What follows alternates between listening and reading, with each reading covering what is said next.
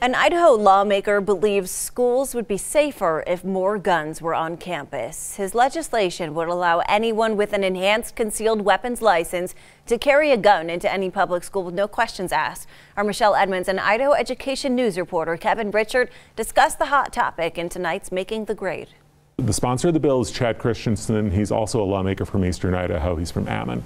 And his contention, first of all, he says that this is, in his view, a Second Amendment issue, and he doesn't feel like a local government, in this case a school board, should have any ability to infringe upon the right to bear arms.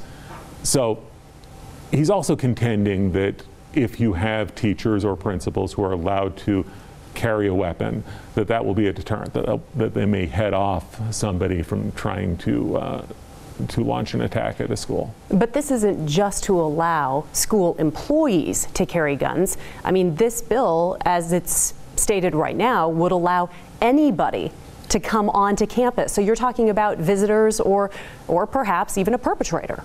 You're talking about parents, you're talking about a visitor to the school, and yes, you're talking about potentially a perpetrator. So advanced concealed carry, you have to be at least 21 years old to get a permit. So students would not be able to carry a gun on school under this provision. But you're getting at one of the key arguments that we already heard about this bill. John Gannon, a lawyer, a lawmaker also from Boise, he led the fight to try to kill this bill before it was even printed. And one of his points was, if you are allowing anybody to bring a gun into a school, no questions asked, what you're basically saying is that that principal cannot ask somebody if they're carrying a weapon. Right. Even in the middle of, heaven forbid, even in the middle of an incident, the principal would not be able to say, are you carrying a gun? Are you armed?